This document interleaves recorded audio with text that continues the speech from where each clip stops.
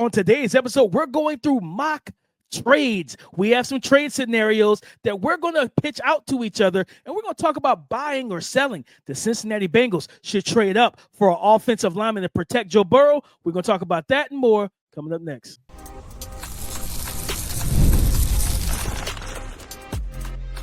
You are Locked On NFL Draft, your daily podcast covering the NFL Draft. Part of the Locked On Podcast Network, your team every day. Welcome back to the Locked On NFL Draft Podcast, your daily podcast covering your favorite draft prospects, part of the Locked On Podcast Network, your team every day. I'm your boy, Damian Parson. I'm an offensive draft analyst over with Bleacher Report. And guys, that's my guy, Keith Sanchez. He is a director of scouting with the Draft Network. And he also is a 2019 national champion with those LSU Tigers. As always, guys, thank you for making Locked On NFL Draft your first listen today and every day. Shout out for being our everydayers. We have a fun one. Trade scenarios, NFL draft trades that we think should happen during the 2025 NFL draft. We're gonna throw them out there, buy or sell those trades. You know, I got to throw out to Keith. I want to see his expression, see if he's gonna buy what I am selling. But before we get into that, guys, today's episode is brought to you by the all-new 2025 Nissan Armada. Stay tuned for the Armada Player of the Week later in the show. Keith, my first potential, let's say, mock trade of the 2025 NFL draft. Keith, if Will Campbell starts to slide down the board, right? Like you believe he should go at 4 to the Patriots, right? They need to go to the left tackle. Yep.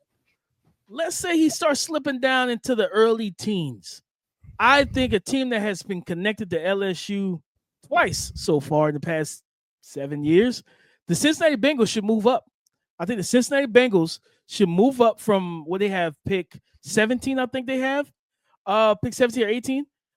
Move up from that spot and go get Will Campbell, right? Because I think what you have is you got Jamar Chase, you got T. Higgins, you got Joe Burrow. That's your big three, right? That's your big three. But you need to protect Joe. Like for Joe to be able to unseat Lamar Jackson and get him up out of the AFC North from being the king of the North and try to unseat Pat Mahomes. Because remember, for like at the beginning, like a couple years ago, with that playoff run, it felt like the only guy that could beat Pat Mahomes was Joe Burrow. They beat him like 3 straight times until they faced him that last time in the playoffs. The Bengals want to get back to the playoffs. You got to protect Joe, but also like Chase Brown, you know, Chase Brown has done a good job for them in running the ball. You got to open up run lanes. You got to protect Joe. I think that Will Campbell starts sliding into the upper teens. Like if you get to 12 and 13 and he's still there, I'm moving up. I'm go ahead, send the 4th and we swap first. Let me go up there and get Will Campbell because I want to go ahead and give, because he's not playing tackle for me. I'm gonna put him in that guard. I'll put him in right guard. You got Volson at left guard. I think left tackle they're fine. You got Marius Mims at right tackle. I think about putting Mims beside Will Campbell on the right side of that offensive line. For one, run game is going to be immaculate. I think they're going to be able to open up run lanes. We know what Will Campbell does in terms of a string standpoint. And I just think that'll solidify that right side. And now Joe Burrow has a pocket to step up into. You can limit the hits and limit the potential injuries. Yeah, Will Campbell starts to slide because I don't think they go defense. I just don't think they care about it. So I don't think they go defense. I think being where they are, I don't get me wrong. I love Tyler Booker. I love Gray Zabel. But if Will Campbell is playing guard, I think he's got Pro Bowl potential, all-pro, ceiling to be able to get there as a guard. So, yeah, if I'm Cincinnati, if he falls, that's my trade scenario. Keith, you buying or you selling that, man? Ooh, DP, you started this one off hot, man. You started this one off hot. You know what I'm going to do? I'm going to press the buy button. Come on, I'm an LSU guy, DP. Why would I not press the buy button? Listen, I'm sitting there thinking about this. I'm envisioning this already, DP. You got an LSU offensive lineman protecting an LSU quarterback that's throwing it to an LSU wide receiver. That's an LSU trifecta, DP. It don't get no better than that, right? LSU NFL, right? That's what they call us, right? Listen. Oh, no, they call us NFLSU. That's what it is. NFLSU. You see how that goes, like how it flows. NFLSU. Yeah, it's kind of it's nice. It's cool, you know. it's kind of cool. It's kind of Yeah, cool. But no, so I actually like it from a fundamental standpoint too, right? Like if I was not being biased at all, right, and I went to another school that's not, LSU or something like that, I would still like the situation. I would say this though, the only question mark I would have is if we're putting Will Campbell at, and this is I think this is gonna be a fun conversation because this is gonna get into evaluation perspective too, and I'm probably gonna make maybe a bold / profound statement. Is that if I was putting him at guard, I would see what the draft capital that I have to give up, because a guy that would have circled on my chart is another offensive tackle, Emory Jones. And I would seriously consider him, bringing him in, because I think this DP, and this is the statement right here. Emory Jones at guard, it's probably going to finish at the top 2 or 3 guard for me, like in the entire class. I think that highly of him if you kick him inside. Like you watch the ferociousness that he plays with, just all of the different details and things like that. Like he embodies being a physical guard. Just a physical player, period, right? But if you want a run game, like he's the guy. Like he's the guy that bumps against the whistle, right? You know how they say play through the whistle, and they play after the whistle, right? But that's what you want in the offensive lineman. So that would be my only hold up, but I'm definitely all for it. I think it works. I think it's a fit. Yeah, no, I mean, definitely Emory, 6'6", 315. He's only like 21 years old, but both of these guys I think are young prospects. So it's like, man, like there's still a lot to develop with them. But that was my favorite one when I thought about it. I was like, man, Cincinnati going up, getting an offensive lineman, a tackle that honestly could. You draft Will Campbell in this sense. If Orlando Brown doesn't work out at left tackle for you, then you probably have yourself another tackle, and you could always draft another guard, things of that nature, and give Will Campbell that run at tackle in practice and see what you have in him. But I'm like, man, picturing him on the right side of that offensive line with my guy Marius Mims, I like that. I like that idea, that thought process, that visual a whole lot for Chase Brown running the ball. But also for protecting cool Joe Burrow in the pocket. Yeah, and that gives you an opportunity to potentially draft one of these Ohio State running backs in the 2nd or 3rd round, right? Like you get a Quinshawn or Trevion Henderson, and I would probably go maybe more Quinshawn, right? Just so they could be able to thump in between the tackles and things like that, and then kind of let Chase Brown be a complementary piece. And because I feel like Chase Brown kind of fits more of the all-around type, right? Like he is a running back. Catch the ball, explosive. Yeah. He'll do some different things for NFL offense. But yeah, I'm trade scenario 1, DP. I'm all in for it. Like I said, you give me the LSU trifecta. I think you knew I was gonna be all in it for you. Just trying to test, you're trying to test my LSU, right? See how much I was gonna buy in to the situation. I was to see if you took the alley-oop. How did I? Look, you threw it up, I dunked it, baby. You threw it up, I dunked it. But DP, let's keep this thing going, man. There's a trade scenario 2 coming up. Buy or sell coming up next. The Armada Player of the Week is brought to you by our friends at Nissan and the all-new 2025 Nissan Armada. Each week, we're taking a look at our draft prospects to pick one guy that stands apart. The guy we believe showcased the strength and power needed to push your favorite team forward as we look ahead to next season. This week's Armada and clear-cut Player of the Week is Penn State tight end Tyler Warren. Strong, physical after the catch, rugged. He gives you that old school feel when he has the ball in his hands. And this is a guy, when it comes to the Nissan Armada, they say go forth and conquer, and that's exactly what Tyler Warren can do here. It's clear that our Player of the Week is out here ready to conquer the road ahead with confidence, just like the all-new Nissan Armada or any of their outstanding vehicles.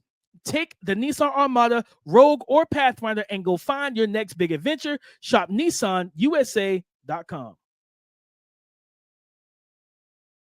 Trade scenario 2 in our mock trade discussion here. Keith, what trade do you got for me so I can go ahead and prepare to either hit buy or sell? So mine is not as specific as player. It's player team, or it's more of strategic, right? Okay. I would say this.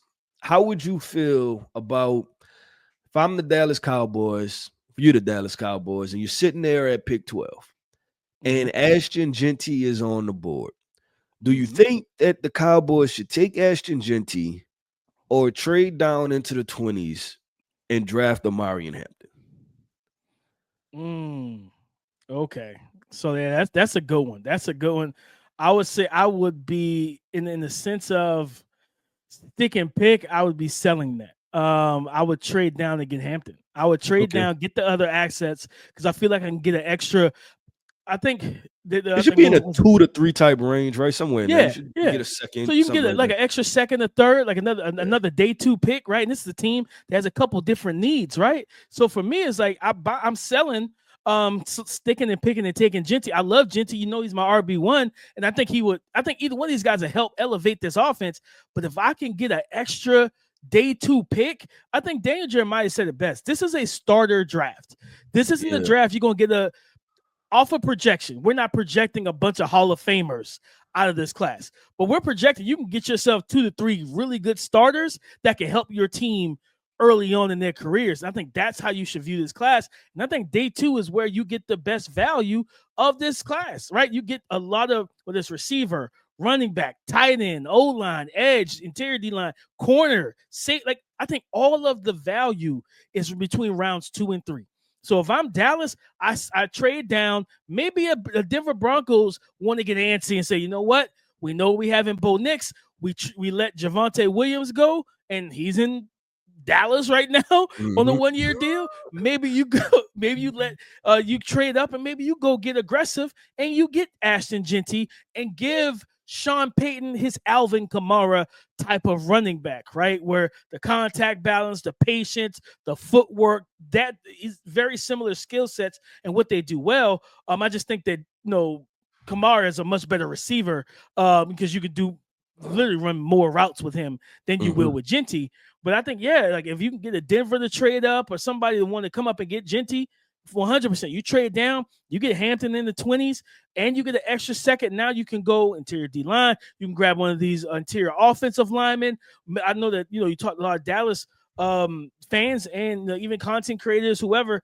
Everybody said, oh, man, you know what? We might need another corner because Diggs is coming off of the ACL. Yep. And Deron Bland, he was a interception machine at one point, but he's still not a solidified, true CB2.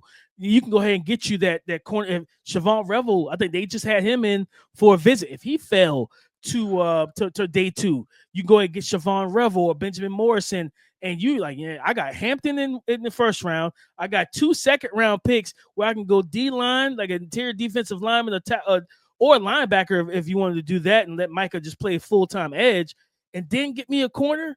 That's a haul right there if you're the Dallas Cowboys, rather than saying, well, we got Jeanty, and then we got, just one guy in second round. I think, I'm selling, sticking the pick and getting Jeanty, but I'm buying, trading down and getting Hampton is still in the first round, and then getting that extra day 2 pick where all the value, I think the meat and potatoes of this draft will be found on day 2.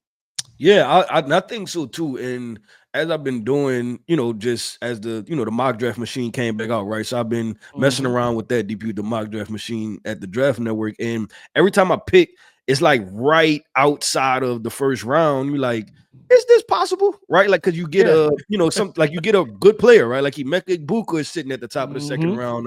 One of these quarterbacks. I think the meat, like you said, the meat and potatoes are the true value where you feel like I won. It's sitting at the top of the second round, right? The first 15. I forgot about receiver. They need another, they need another receiver. So you could go. Yeah, sliding right next to CD. Yep, 100%. If you walk out of there with Omarion Hampton and Emeka Egbuka sitting at the top of the second round, you won, right? You feel really good about that situation. Or I've seen too, just things like James Pierce, right? You're getting James Pierce, the edge rusher at the top of the second round, plus a running back, and you address 2 positional needs, right? And that's if you're any team. So, DP, I want you to go with your trade scenario now. Let's see what's going on. My mock trade, Keith, I have the Detroit Lions. I think they should trade up for one of our guys, one of the Locked On NFL draft guys. Okay. Boston College edge rusher Donovan Ezeiruaku. If he's because in this edge group, I feel like that is a guy that's still not getting the credit he deserves as a pure edge rusher. Yeah. It's insane to me. So if I'm them, I'm moving up. I'm moving ahead of Baltimore. I'm moving up ahead of some of these other teams that could potentially try and snipe me and get an edge rusher. I would go get him because I think this is a guy that can come in, be an 8.5, 9 sack guy. And then you think about pairing him with, whenever he's healthy, Aiden Hutchinson. And you talked about it on yesterday's show, Keith. The Lions put all their eggs in one basket with Aiden. Mm-hmm. Then when Aiden got hurt, now your pass rush isn't there. Now they have a litany of injuries defensively, but still, like everybody else could have been healthy. But if you can't get to the quarterback, Sam Darnold's still gonna feel good. Jordan Love gonna gonna run feel into a good buzzsaw at some point. Yep. At some point. So I think Donovan Ezeiruaku, I would move. I'm not saying move up into the top 15, but I was just saying if you got to move up into a couple picks to make sure one of these other playoff contenders that might be in front of you don't select them or prevent one thing we know Howie Roseman. If he wants a defender, he'll go get his defender. We saw that he moved up one spot to get Jalen Carter, and the Bears have been hating it ever since because it made no sense for y'all to do that. I think you want to be proactive and not sit and wait and just assume, oh, he's gonna fall into our hands here at pick 28 or whatever they have. I would move up into like 25, 24 if he's still available. I have a question. So looking at this edge rusher class, right, and everybody talks about how deep it is. Yep. This is where I'm starting to, where I may agree with you because we have a lot of names, right? But I don't know, I'm asking you in your process or where you currently stand. Are things starting to separate for you from the truly like high-end edge rushers to the guys that could develop into something? Or do you feel Absolutely. like there's 6-7 guys and it kind of doesn't matter? Because I think that's kind of been the conversation previously, right? Is that it always meant it's 6-7 edge rushers, just take your pick. And I'm like, I don't think that I'm getting to the point where I don't think that's the answer, right? I think I have a top 3 or 4 guys, and then I think I have a separation, and then I have 2 or 3 more guys. But I think the overall sentiment has been just, listen, we got 7 edge rushers, whatever one fall to you, take them. And I don't know if I feel that way. I don't. I think there is a drop off, and I think there is on day 2. There is a lot of depth, but I think with the day 2 depth, you think about guys like I'll rattle off some names real quick. He's like JT Tuimoloau, like Jack Sawyer. I want to explain it like this. Basically, is that do you feel as though, like, let's say if you miss out on a Donovan Ezeiruaku, and then it's the next edge rusher after that you feel like you're missing out. You kind of get what I'm saying? Like, like in past drafts, like if you didn't get Kayvon or Aiden, and then you ended up with Arnold Ebiketie, right?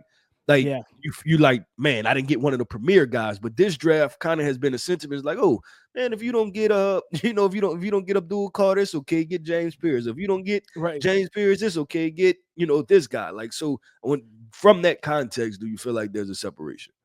Absolutely. After our top like 3 to 4, maybe 5 guys, the guys that I expect to go over Donovan, like the Mike Green, the Abdul Carter, Michael, you could throw Jalen Walker in that bucket as well as that hybrid, but then Shamar Stewart.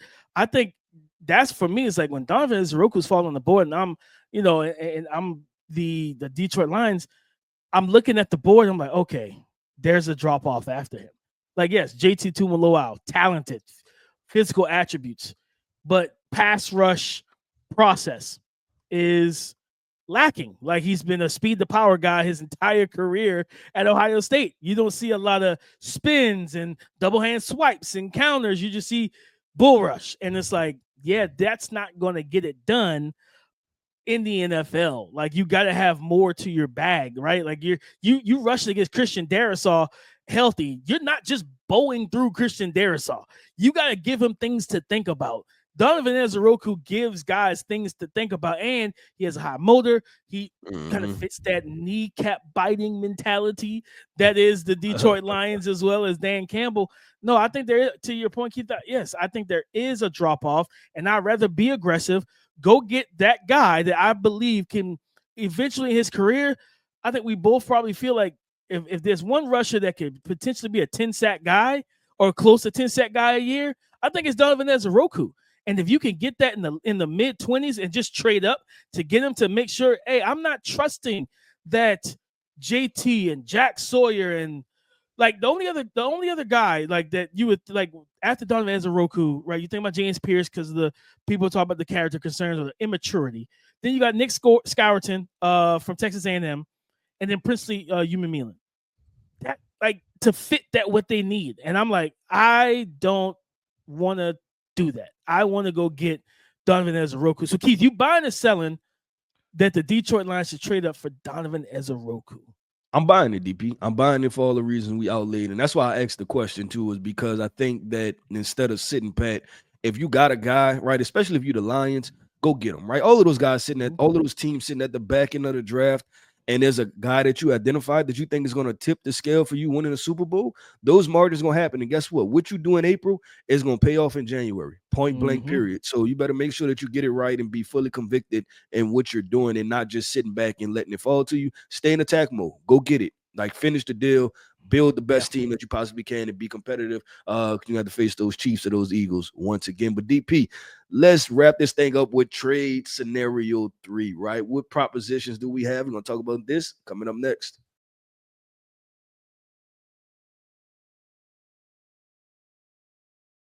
Thank you for making Locked On NFL Draft your first listen today and everyday shot, for being our everydayers. Trade scenario 3, buy or sell. Keith, what you have for us? DP, the Pittsburgh Steelers, they're known as one of the toughest franchises, blue blood, blue collar, right? City. The Steel City, the towels, right? The terrible towels. They found themselves in position where they're waiting on Aaron Rodgers, right? Which I am disappointed to even say about the Pittsburgh Steelers, right? I would, from a, if you know how to say, what they say, pride kills all, whatever, right? Yeah. I would have been one of those people, right? Well, my pride would have probably derailed this situation. I'm not sitting and waiting on Aaron Rodgers I'm not sitting and waiting on Aaron Rodgers if I'm the Pittsburgh Steelers. I'm saying, what do you mean? I've won how many Super Bowls, right? Like, my franchise is consistently at what situation, and you want us to wait on you. So with that being said, they put themselves in a situation. You have to get yourself out of the situation. So should the Pittsburgh Steelers, because if you look at their team, they have a good team, DP.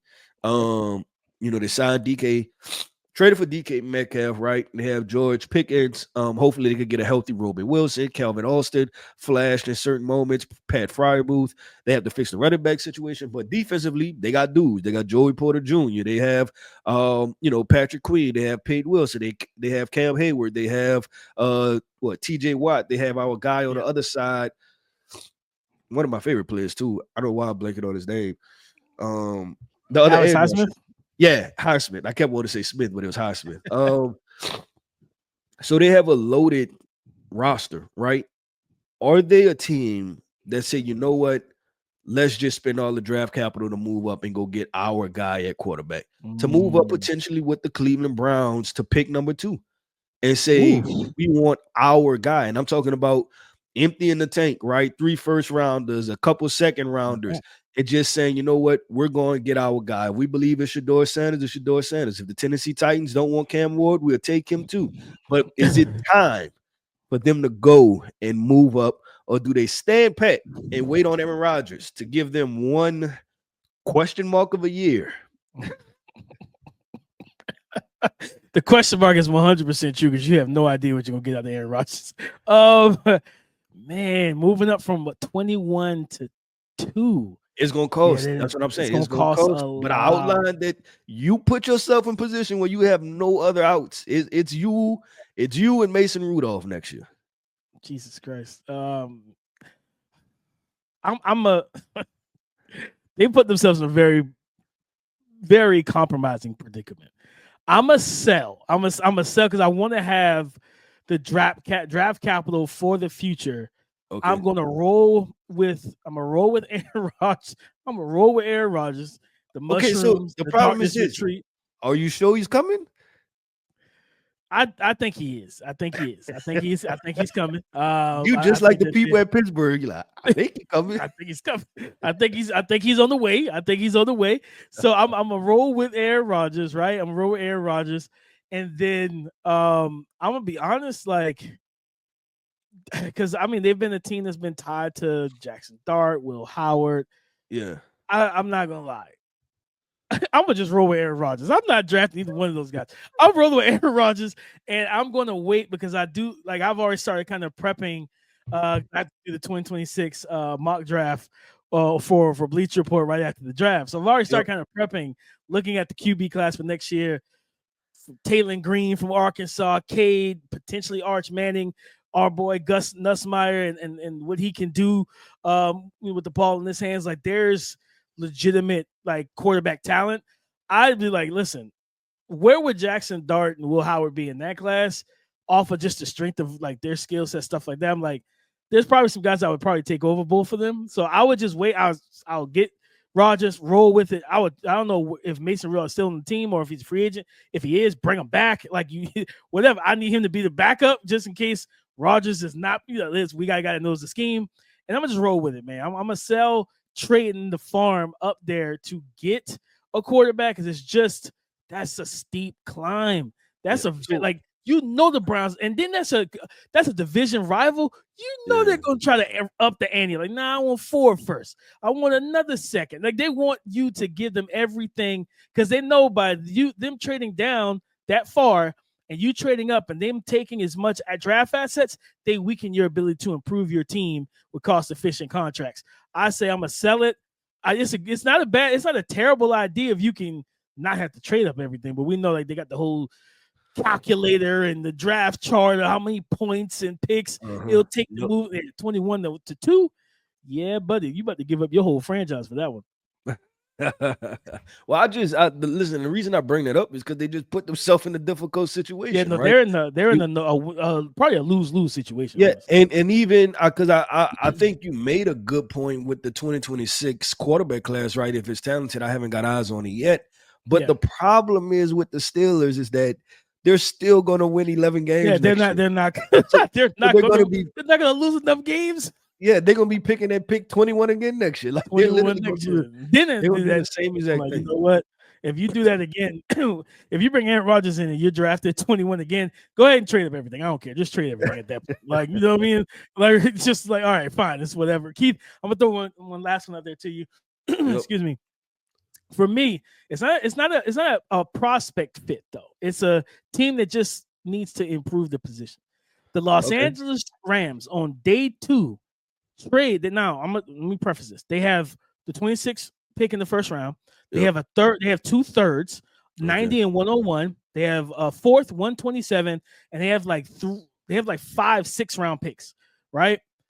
The Los Angeles Rams on day 2 trade some late capital to the Atlanta Falcons for tight end Kyle Pitts, because this is a team that we've at times we've marked Coastal. We've seen Coastal Loveland there. We've seen Tyler Warren there. Before we've seen this team, Elijah Roy. We've seen this team being linked to tight ends. Go get you a guy, and I think Sean McVay. And I'm gonna keep. I don't care what nobody says.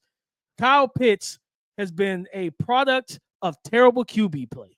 Like, don't get me wrong, he had that drop, with Michael Penix. But when you catch him from Mariota, the Desmond Ridder.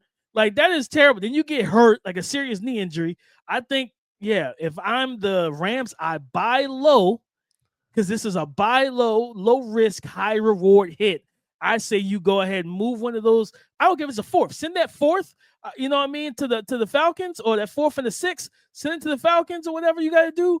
Go get Kyle Pitts and have Devontae Adams, Puka Nacua, Kyle Pitts, Tutu Atwell, Kyron Williams, and Matthew Stafford pulling the trigger. Yeah. So, all right. How many fifth round picks did you say the Rams had? Well, they have no 5ths. They have like 5 6 though. 5 6. Okay. I'm sending every 6th round pick, DP. Well, like just 1, 2, 3, 4, 5. I'm just shipping them over, right? Saying, hey, look, do y'all want them? Right? The 6th round picks.